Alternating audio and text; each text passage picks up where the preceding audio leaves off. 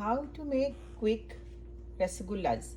So we made the paneer the other day. So I have taken one box of basically paneer from the paneer box that we made. This is about half a gallon or 8 cups of milk paneer that we had made. So I put it in the food processor.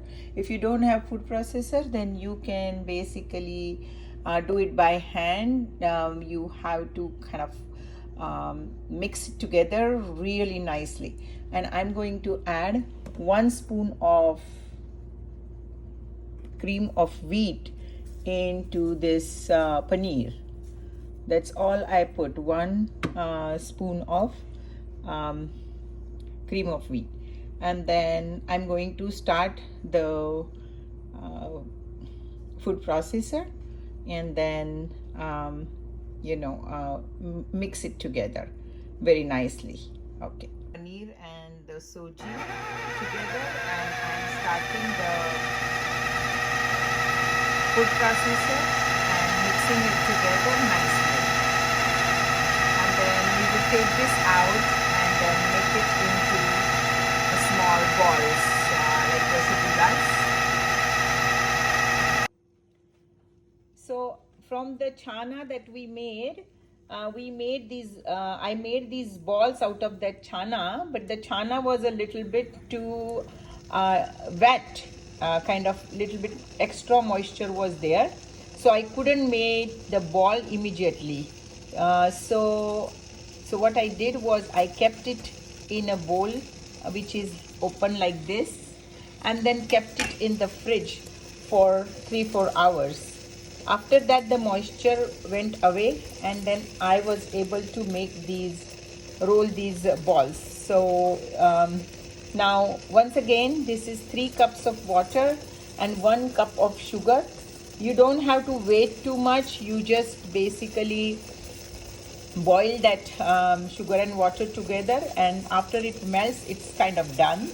And then you can add these basically rasgulla balls into the syrup. Rasgulla is one of the, I think, healthiest desserts, because you're not frying them, and they are made out of milk, so they are actually pretty healthy. And then if you don't basically eat too much of sugar syrup, there is a little bit of sugar syrup in the rasgulla, but not that much. So once you put all the basically balls inside, then you have to just let it basically boil, and I'm covering them with a lid. I like to use a glass lid that I have, because then I can see what is happening to my rasgullas. And what will happen is, as it is boiling, they will become kind of fluffy. And this process, I'm going to boil them for 5 minutes, and then I'm going to add this ice cold water onto it, and then again boil it for 5 minutes. And this process, you do it like at least 5 to 6 times, and then they are done. Then you can take them out. So you can see that they are kind of getting fluffier, because from the glass you can kind of see. So one box. So we made the paneer, we made like 8 cups of milk, and out of which I could make 20 rasagullas. So to get an idea how many rasagullas it can make, so 8 cups of milk, we made paneer out of that. Then we took that paneer, and then we out of the paneer box, and then we added 1 spoon of cream of wheat into that, and then we put it in the food processor, and then we processed it. Then we took it out, and then I found out that it was a little bit too wet, so I took it out and in a wider bowl, and kept in the fridge for 4 to 5 hours. After that, they got quite dry, and then it was very easy to make these 20 balls out of that dough. And now that I am kind of boiling it, and you can see that they have become almost I think double the size of whatever size balls we had kept in. So I think I'm going to wait another minute, and then I'm going to pour the cold water on top. So you can do it like every 3-4 minutes, like for 4-5 times. That make it cold, make it hot, make it cold, make it hot, and that's what makes it spongy and light. So as you can see that they have doubled in size, and before there was a lot of space between them. Now the whole basically bowl is full of rasagullas. So I'm going to add now cold water. See the size now.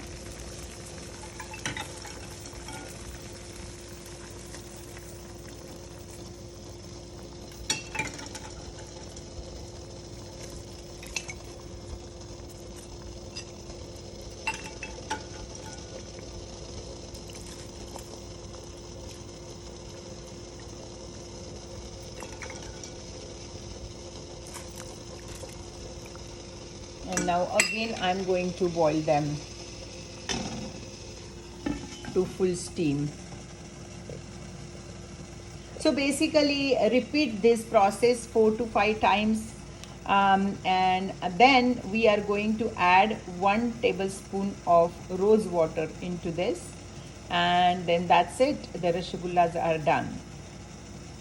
So I'm not going to show you the same process again and again. So you got it, that it has to boil, and once it comes to a full boil, like it's boiling very much, then you add the cold water, and then again boil them to the full boil for 3-4 minutes, and then again add cold water. So that's the process of making rasagullas. Again it is boiling rapidly. This is the last time that I'm going to do this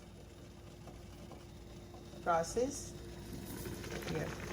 Now you can see the size of the rasagullas, and see now how they are porous. And this is, I think, because of this cold and hot therapy, they become like that, very porous and not chewy. This will not become chewy.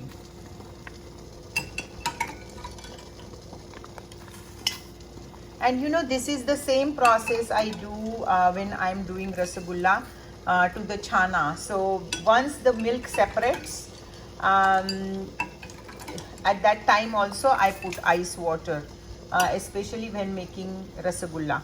So this one was not done that way, but still it has come out good.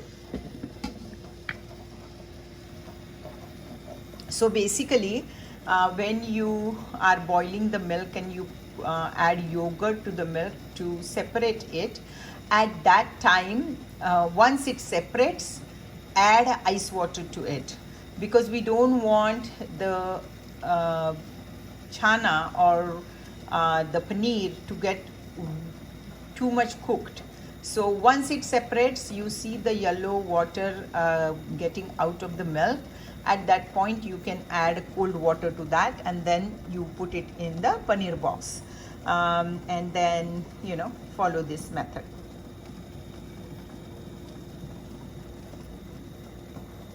This is the last time that I am boiling it, and I'm going to add the cold. I'm actually turning it off. So I did it like 5 times this process, and then now I'm going to add the remaining of cold water little bit, so that it comes to room temperature. And then I am going to add 1 tablespoon of rose water.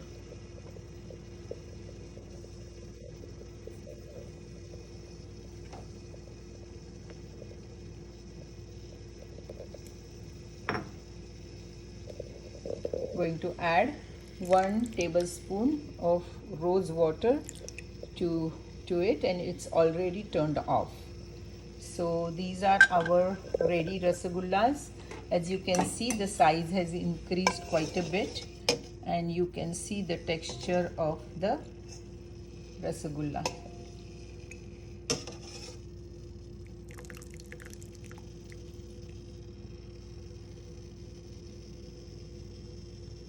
It's still hot.